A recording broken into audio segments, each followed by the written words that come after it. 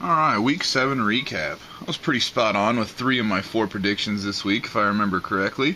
Arizona went into New England with their A game. They got off to a great start, 17-3, but Josh and his Patriots battled back to a manageable 24-17 halftime score. Then it was all T. Bush and those Cardinals in the second half, though. They locked it down on defense and cruised to victory, 44-20. Hard to make an argument for best player of the year when you're getting beat like this in the final season. I'm just saying.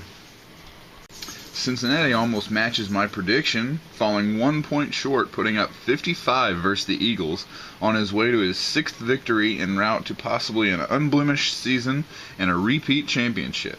The Eagles put up a decent fight but got behind big early and tried to score some gimme touchdowns in the 4th to make it look better than it actually was. Kansas City got slaughtered, as I expected. Literally right after claiming he was the best defender our league has to offer, he gets shut out. Buffalo racks up 200 yards on the ground, 400 plus total yards of offense, and scores 45 points. Yikes! Nothing like the taste of your own foot in your mouth, Matt. And the one I wasn't able to predict, Carolina at Detroit. I thought, what's this? Breaking news, reports just in, Carolina owner supposedly threatens to shoot Detroit owner if he doesn't let him win the game. I'll kick that ass, said. Since it was a regular season game, I let him win. But if it happens in the playoffs, he's going to have to kill me. You heard it here first, folks. This game was rigged. Alright, now on to the important games this week. All but one have already been played, so I'll start with them and end with the one that hasn't. First, the bitter Saints-Panthers NFC South rivalry.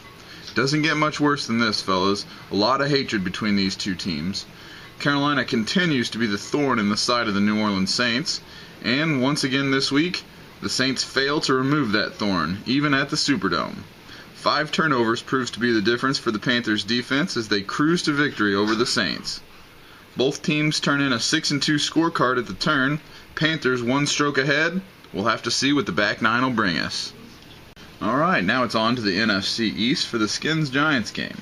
Had I had the time yesterday morning, I was going to talk about how Giants owner made a bold prediction earlier this week on his Facebook account, saying he was going to make the playoffs this final season and make some noise to prove he was still one of the elite in this league.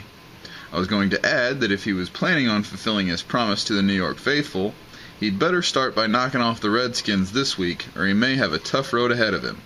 But, since I didn't have the time, and you already whooped that ass, I guess I get to say, good game, Chenier. And Johnny Cash, with that loss, you drop back to 4-4. Not much better than those Steelers. Week 13, get her done.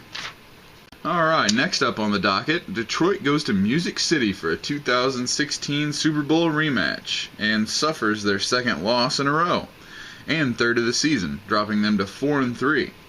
A Bears win this week, and next, could make for an interesting Week 10 matchup as the two teams will have even records when they meet for the first time this season.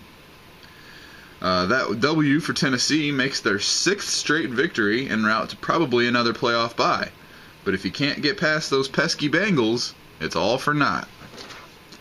Alright, now the only game that hasn't been played this week, the Spygate rematch. I hate you, Bill Belichick. The St. Louis Rams go to New England this week. The Rams, probably the surprise team of the season this year, sit atop the NFC West with a 6-1 record and a win over division rival Arizona.